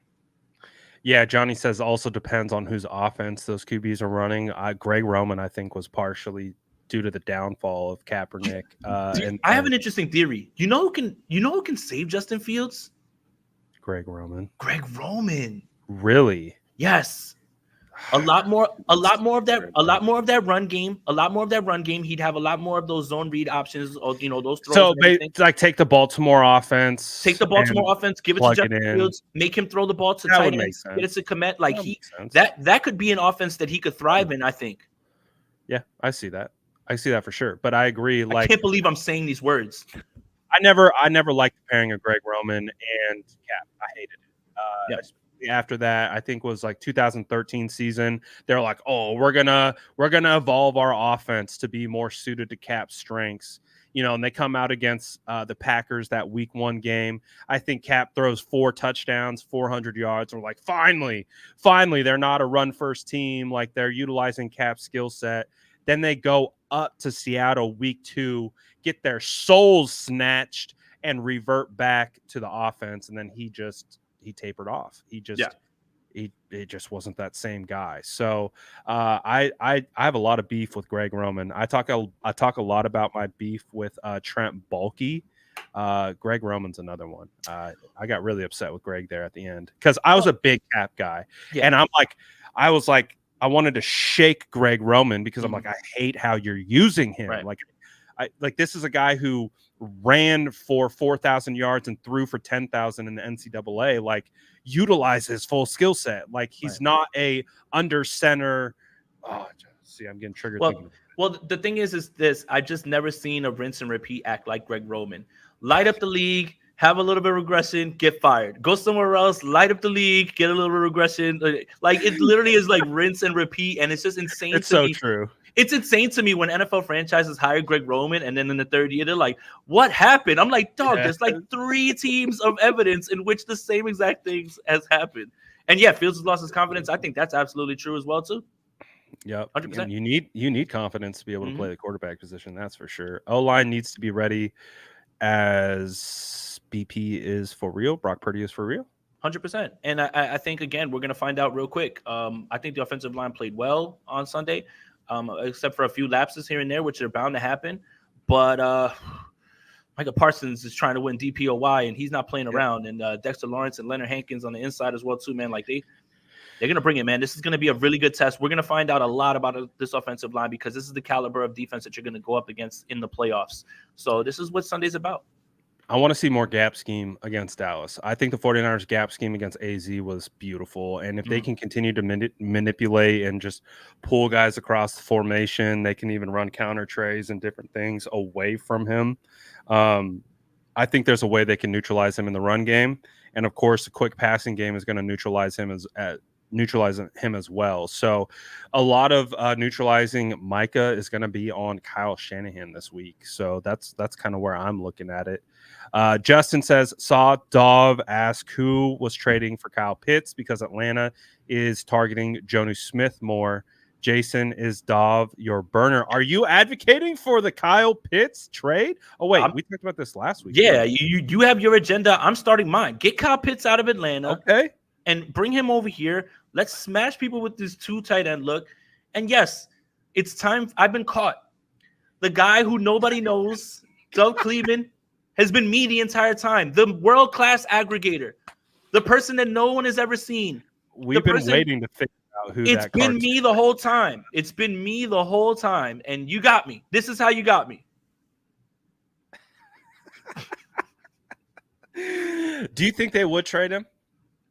Because they'd be trading him at a severely discounted price for what they bought him for. I don't know, man. They don't seem to be smart. I just don't understand how you could look at a guy who is like one of the greatest tight end prospects to ever come out, still has the skills, is running literally wide open. And like, I'm watching in Andy's room and I see a tight end catch the ball. And I'm like, oh my God, Kyle Pitts has like 3 catches in a row. It's Jonu Smith. Jonu Smith. Like, I was just like, I don't understand, man. I was just kicking things over because I'm just like, dude, what did Kyle Pitts do? What has he done to deserve this? So I don't know if they were willing to be, because it might not take much. Send a 4th and a 5th for Kyle Pitts and just get him off your hands. That'll teach him. Send him to San Francisco and punish him. Like, I think that's the best way to do it. As an honest Falcons fan, I think this is what we need to be doing. So I'm not familiar with Pitts' game outside of his freakish athletic ability. Can he block? Can he be essentially a fullback? Because if he can, bring him over. But Brad, and I get that a lot. I get the pushback a lot because like I joke around about that, and they're like, "Well, he can't block." Explain Dwelly, Ross. Explain him. He doesn't block anyone, man. Don't put him to block. Have him run routes. I don't understand why people have got this in their head. Every tight end has to block. Ross Dwelly blocks no one. And he's still on his roster. Because if you're a tight end 2 in Kyle Shanahan's scheme, you are not getting looked at as any no balls coming your way. Line them up and create mismatches. Why would you try to use this young man in something? Hey, you're not really good at blocking, but I want to see you block. You're a really great receiver, but let's not run you. Like it's literally baffling how people have just got it in their head. Hey, Kyle Shanahan needs a blocker. Explain Dwelly, Ross. Explain that one to me because this man's gonna be a 49er lifer. He's gonna be around longer than Jerry Rice and his team at this rate, man. That's a great argument. I think you won the argument. No, but to be honest, like you're not bringing in Pitts to be a blocker. That's why you got Warner. You got Warner to do that. Right. So if you're getting Pitts, you're bringing him to be effectively a big slot, right? Create mismatches. Almost like the Juwan Jennings role. Right. Create mismatches with linebackers. Put them in hell. See another playmaker like that who's talented like that and see who you can stop. Good luck. 100%. So I like that. I mean, I wouldn't mind that. Bring the more weapons, the better. Oh yeah. We get some back shoulders to Kyle Pitts. I'm sure that would be nice. Get some seam routes against unsuspected safety. I mean, dude, it's all over the tape. You can throw it up. Like you could just throw it up. Dude, it's all over the tape. The guy's getting a running start. No one's on him. He's wide open. He finds a spot. He's got his hands wide open like this, throwing his hands up. And it's just like, my God, man. Like, but Kittle, they're using Kittle to block. Let Kittle block more. Like, that's fine. I got to do it because Kittle was cooking in the run game last week. Yeah. He was washing defensive tackles down multiple times. He got 1 reception, right? But 1 for 9. Yeah, he was cooking in the run game. So like I have no problems with that. I'm like, Kyle, and Kittle doesn't either. Keep doing it. I was like, he was a huge reason why they were finding so much success with the gap scheme because they were washing down that side of the defensive line and they were just pulling and trapping right off the back side of him. So I'm like, fine, go for it. Like he was cooking. So Kittle did great. Offensive line. What concerns do you have? Are you concerned at all about this Dallas offense? Dak Prescott, CeeDee Lamb, Gallup, Cooks, Ferguson, Pollard. I might have said Pollard already. I don't know. Are you concerned about how these matchups are looking? Well, it sounds like Tyron Smith is not going to play in this game, which is good. But But I mean, as of right now, he sounds pretty iffy. Okay. Tyler Smith is a dog though, and Zach Martin, it sounds like he's going to be back on Sunday. So this whole like zone thing is going to be pressed to like the max this week. Like you've got to be able to cover this week. I think one of the Yeah. underrated things from the divisional game was when Tony Pollard left that game, things kind of just went one dimensional with the way that Dallas was having to operate their offense, and they had to throw the football a lot. I think there's a few things that you can kind of count on with Dallas.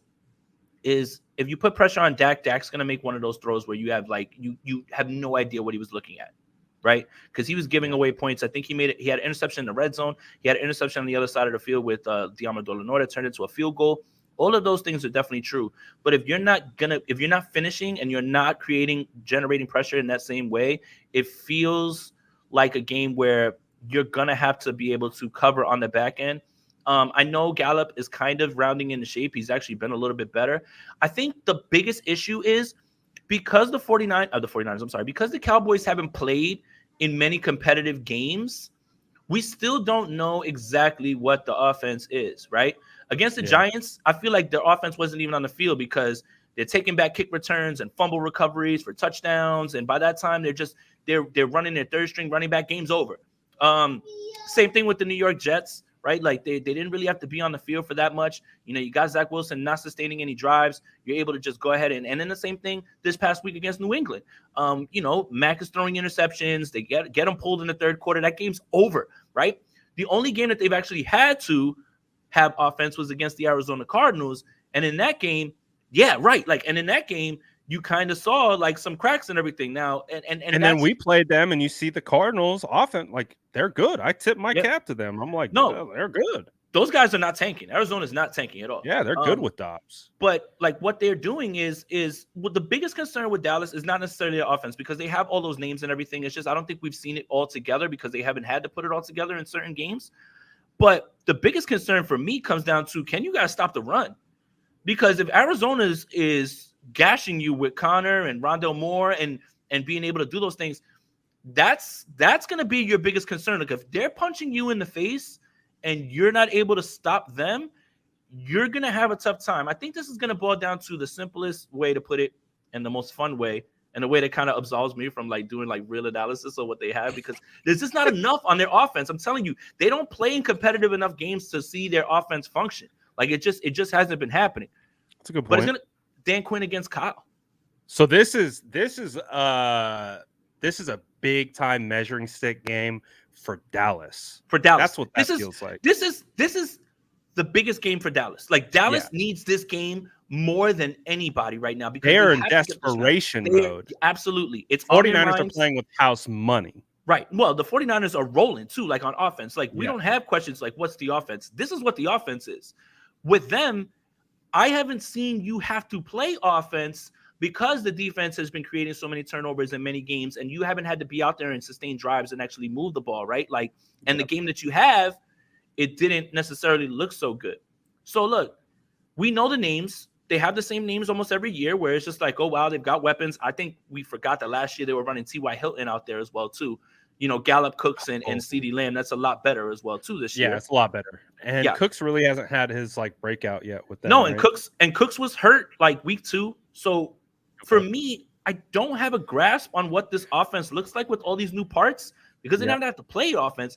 But what I do know is your defense, when you're not playing a turnover-worthy team and a team that's just, like, in shambles and not doing things right, is if you can run the ball on them, that's just going to set everything up for the 49ers and it's going to put the defensive line for Dallas in hell because you're going to be able to hold them with quicker throws and play action and all those things and be able to get out of those things. So it's hard to get a gauge on what Dallas is because they just haven't put too much on film this year.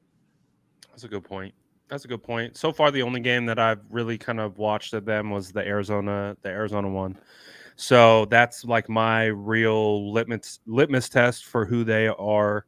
I probably got to do a little bit more study on them.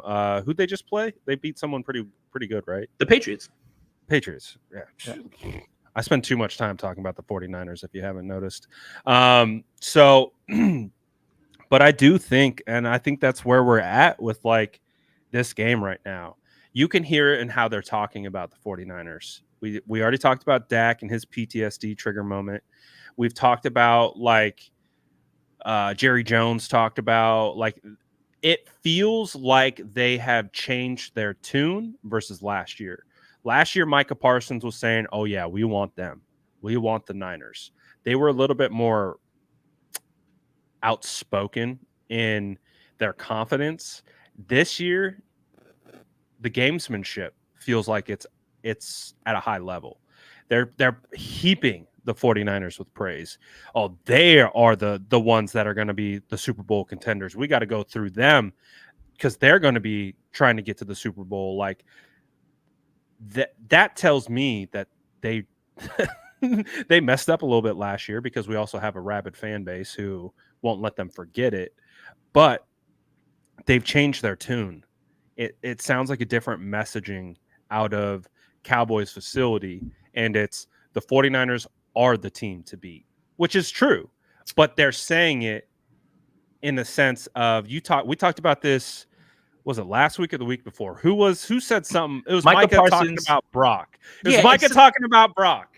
It's gamesmanship, man. I don't want to hear this, man. I don't want to hear this. Look, You were right. I This- bought it. I got hooked, and I was like, "Oh, look at Micah! What a swell dude!" No, you're right. Listen to all of them.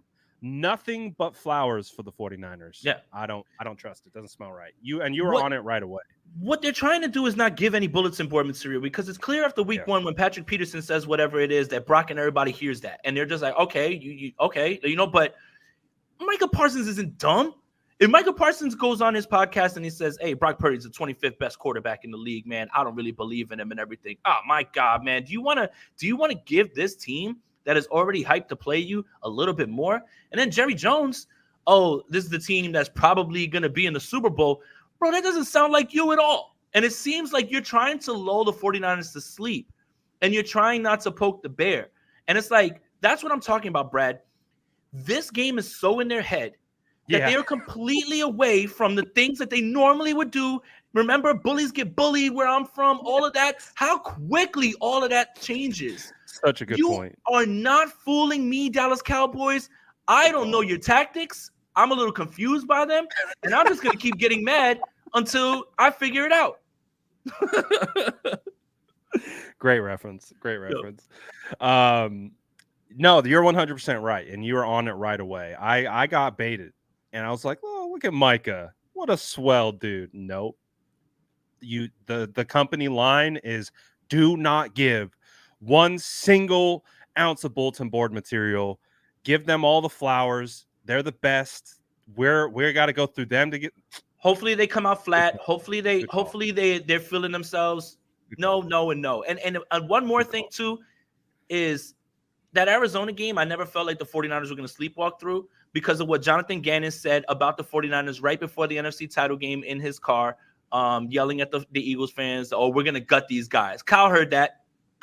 You know for a fact Kyle heard that. It was going to be petty. And then the whole thing, Steve Wilkes hates Arizona, right? He's literally like, I think, in the middle of a lawsuit.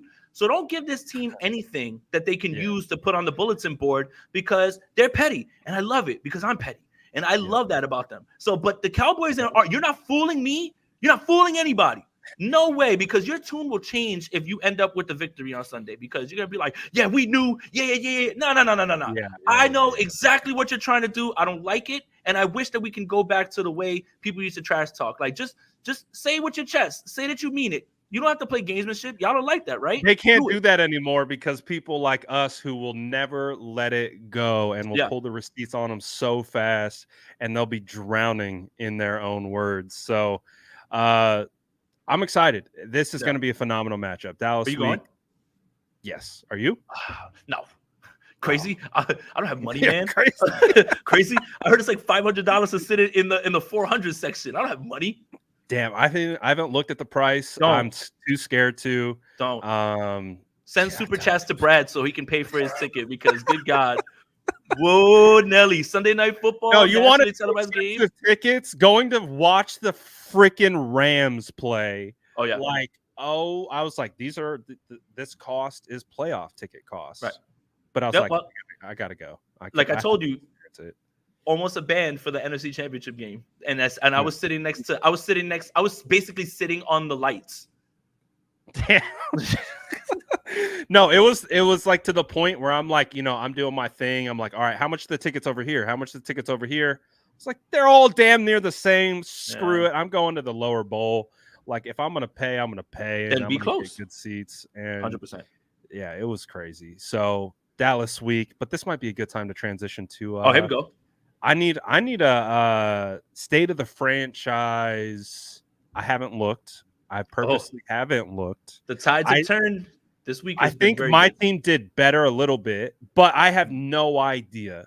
Okay. So, if you aren't familiar, we have a state of the franchise best ball league, and we did this right before the year started. Mhm. And so, Jason is going to get. Oh, they're right there. By the So, way, walk us through yeah. where we're at with all this stuff. By the way, if you guys are interested in using Underdog Fantasy, they have pick'ems where you can do higher and lower. Today is the last day if you use promo code Aponte that you can double your first deposit up to $500. That's promo code Aponte. Oh, Make sure you jump on that. Today is the last day, so make sure you jump on that. They've got daily drafts. They've got the pick'ems where you can do higher and lower. I usually drop some on Twitter so you guys can make some money. It is totally legal in California because it is not gambling. That's the way that they've been able to do it. Make yourself some money, and I'm glad how that is the it people, not gambling? It's it's just fantasy. not. It's fantasy and it's wagering. It's not the same thing at all. Like you're not taking like lines, like or like spreads or anything like that. It's essentially this is the number higher or lower, and that's the way Okay, that you so do it. Yeah. if I use your promo code because I'm legitimately thinking about trying to What try this out, you if I already use have your an promo account though. code, You have an account it's though. only when you sign up. It's only when you sign up. Your first deposit up to $500 will be doubled. Got it. So make sure if you guys haven't signed up on Underdog yet, it makes sense to put more in on your initial sign up because they will Mm-hmm. double and Mm-hmm. that won't happen again. So that's where It will I not. made my mistake. I Right. didn't put enough in. So if you are going to sign up, put it in as much as you can because it will Yeah. get doubled. That'll help. So it's pretty funny that Justin wants to ask because he vaults up to number one and is currently winning $64 right now of this pot. He had a big week, 164 points. That's because of Lamar Justin in Jackson. first, he Yes. took down Aponte. I've fallen to third, but the margins are thin, and I'm gonna explain that. It's gonna switch. It's gonna switch based on everything, right? So Lamar went crazy this week. He got Jared Goff as well too. Christian McCaffrey. The Josh Jacobs game finally came. Kyron Williams went crazy again this week, so he's had off to a really good start. Kyron. Damn, Kyron is looking like a steal. The Adam Thielen pick has been something that I just continue to fade because I'm just like, he's old. I don't want any shares of him. My God, is he just getting peppered with the ball? I mean, if he ever gets anything from Darren Waller, Fryermuth, or Okonkwo, he's sitting pretty, right?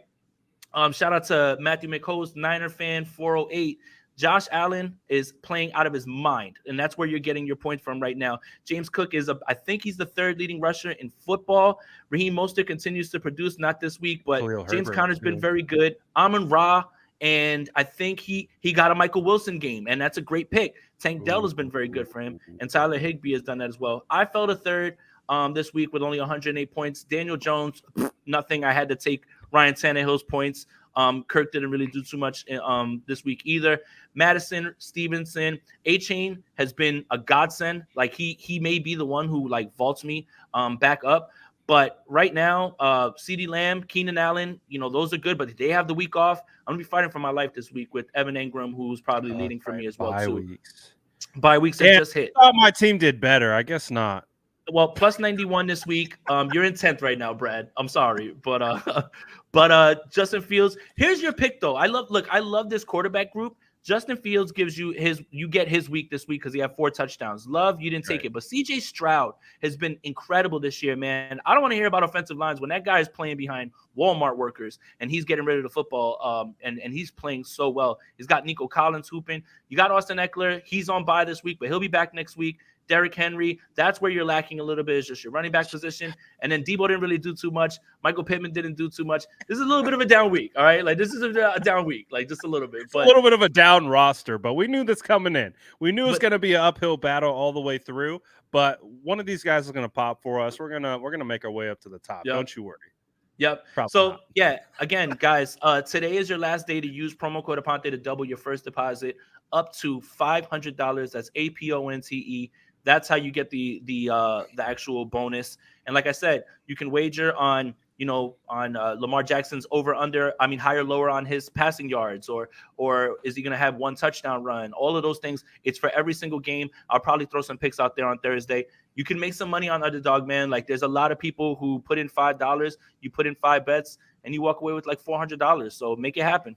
Is there a way to do one of like those crazy parlay things where you like find something for $5, but it's connected to like 7 different things, and if No, you so hit what? all 7, No, you so get what like you do a is crazy amount?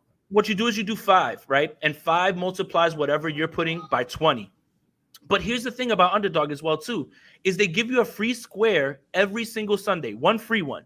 And this week the free one was Mahomes over half a yard. So that's your like that's it. All you have to do is put higher. He's gonna get 1 yard. It's gonna happen. There, you've got your first one, and then you build out the rest of your picks that way, so you can double your money. So, like for instance, the week before it was like Jared Goff was half a yard. And it's always something that is just like a free square that you need to use. So you guys can be making some money over there in Cali as well too, or anywhere else where it's accepted. So check out Underdog Fantasy, promo code Aponte. Yeah, I might try that. I might try to dabble. I'm getting. I would rather. You're trying to pay for tickets. Yeah, I need to figure out a way to monetize the sports game that we're in. But to the question Justin has, yeah, CMC going to keep it going against Dallas. Definitely scoring a touchdown in this game. I think you saw it last year in the divisional game. I have a video coming out where I revisit that because I was able to finally figure out some of the concepts, why it worked, why it didn't. So some of that's going to have to do with CMC. So make sure you look out for that tomorrow. I'm probably not going live, but I'll probably drop that film video tomorrow on the channel. So Justin and everybody else who's subscribed to the channel, look out for that. Should be a lot of fun while I narrate through the play. And like I was saying earlier, this is the progression. I was able to identify it for these plays. So I feel a lot better about talking about it. Absolutely. So, man, I thought we were going to be able to get through this one Never. shorter. Dude, Never. We've been on a roll this season with long lives. Something about talking to Jason Aponte can keep me on this thing forever. I always appreciate talking football with you because you have great insight. We always have to do 2 games though. That's the thing. It's like our show. Our show is always about like closing the book on Sunday and then getting ready because. That's very true. I mean, for me, Dallas week was like right after the Arizona. I know we still spent like 50 minutes talking about AZ. We still had to talk about it, yeah. Of course. But always a great episode. Whoever did the thumbnail needs a raise. It's mine that he's talking about. Where is it? Is this a Kyle special? Oh, it's Kyle Breikwitz, who is always hooking me up with the thumbnails. It's so good. It's like literally the best. I asked him for a specific one for Dallas because I use a regular one, but this one is like elite. It's so good. All right, I'm gonna look it up. No. I'm gonna text it to you right now. Hold on. Text it to me. I'm gonna text it to you right now because it's so elite. It's so good, and he said he made it in like 5 minutes, and it's just so good. I sent it.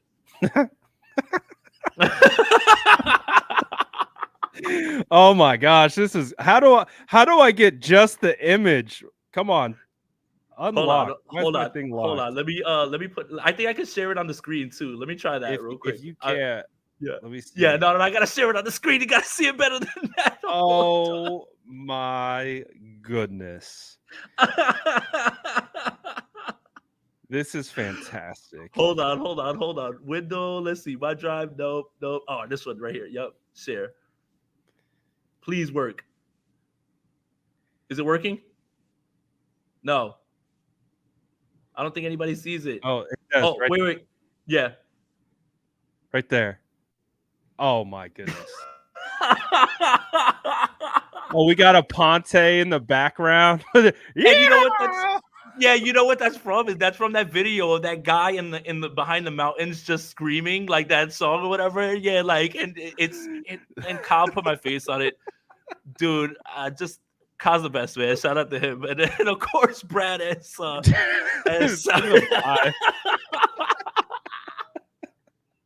No, that's good. Oh, that is God, quality. Man. So that good, dude. Oh So my good, goodness. dude. The Oh my god. mascots. You got Oh, Jason in the background. Oh oh, my goodness. oh, man. That's good. Shout out Kyle. He deserves a lot of credit So for that. good, That's man. a good one. So good. That's a good one. Oh. Here Sourdough he Brad comes. needs to tighten up his form on that pass set. Yeah, man. I get a Here little he loosey comes. goosey Get out here. own him. Jordan Elliott popping up because he's famous because Richard Sherman's quote tweeting him out here with his Eric I Armstead know, tweet. right? Like, look at This this guy, guy. this guy's too big time to be on any shows with us. He's working at NBC and He everything. goes Y'all to get guy. NBC, getting retweeted by Sherm. What a legend, What a man. legend, man. What a legend. But as always, man, such a good show. I love these every Wednesday. They're so good. We can literally talk about this stuff forever. The 49ers did make a couple more roster moves. I'll just touch Yep. on it. Ilm Manning is back to the practice squad. Jeremy McNichols as the new what's his name? Mr. Nine Lives. You're talking about Jeremy McNichols? Yeah, he's like Dante Johnson. Yeah, He's just the on and off the Barnacle. practice squad. But they released fullback Jack Coletto, which is a little Again? surprising, and D lineman Marlon Davidson off the practice squad. Okay. So those are some moves that we had. Yeah, nothing crazy. Happy to have Elm back. That was my guy. So good to see he's back. Mhm. But yeah, nothing that's really earth shattering. But the 49ers got Dallas prime time. It's gonna be a good one. I like that. I like that Dallas is getting in line, with their messaging. And you were on it first. I got to give you Yeah. credit for that. You were on that first. You don't fool me. You called Cowboys. it out. You called it out. I was like, wait a second. Damn it, he's right. You're not getting that past me. Get that garbage out of here, all right? You get it out of here. I'm watching y'all. I'm on you. So as always, I'm sure you're cooking up on Niners Nation. I think even while we were on here, an article dropped from you. Yes. So my guys dropping articles while we're on lives. Got anything else getting cooked up this week? Yeah, just watch out for tomorrow for the film breakdown of the divisional game. So make sure you guys are tuned into that. I always like it when I have the correct information and I'm able to talk about it intelligently. So check that out. Shouldn't be a long video. It's probably about 5 or 6 plays, but I'm gonna get into in depth like what's going on, why it worked, why it didn't on certain plays, and then Sprint Right Option Friday, and then catch me for the post game as well too. But 49er fans, I want to say like we had a level-headed show. We talked about a lot of things. Don't lose sight of the fact that it's always we hate Dallas and just make sure that the analysis is going to go out of the window right when I leave the Sprint Right Option podcast. And I'm going to turn full on Dallas hater. I've got memes in the chamber ready to go, all of that stuff, man. So let's get to it and make sure that you remember, while it's good to be humble, while it's good to be objective, while it's good to know ball, remember, we not letting none of that slide. And this is an important week because we despise the Cowboys and everything that they stand for. Yeah, it was funny. I love talking crap about Dallas as well. It's one of my favorite pastimes. And I did this post, of course, that was just obliterating Dallas. And I had some fans like, oh, come on. Like, wait till after the game. I'm like, are you new here? No. Like, come on. Act like you've been here before. Listen. Like, we talked before, we talked during, we talk after. Listen, hell no are you going to catch me being humble after I give all my analysis. That's it, man. Like, I'm done with that. Like, it's squash them. Don't let them get in. I don't want them to gain another yard. Like, remember the Titans type stuff. Like, I am going to be in that bag and talking crazy. Like, I've got so many things that I want to say. Don't let the 49ers beat the brakes off you this time because I'm going to show no mercy. Absolutely no mercy. I'm looking forward to Dallas fans burning Dak Prescott jerseys again. So really, really looking forward to that. And just the whole meltdown, part 3. So it's going to be a good game. Nonetheless, prime time, bright lights. Looking forward to it, man. Yeah, man. So we'll be back next Wednesday to, of course, talk about this game, preview the next. And as always, appreciate everyone for jumping into the chat. And we're streaming on both channels. Like and sub to both. And we appreciate you guys. Always fun time talking ball with, of course, the legendary Jason Aponte. So we'll be back next week. Any parting words, Jason? I would love to curse, but Brad said that I can't. But let's go Niners, man. No this cursing. This is it. This is the week, man. This is the week. You got to get it done this week, man. This one's personal. It is personal. So let's go take them boys down and toss them in the wood chipper. All right, guys, we're out of here for now. Appreciate you all. Thank you as always for tapping in. We're out of here. Peace. That's Jason Aponte. I'm Brad Graham. We're going to get into it all right now.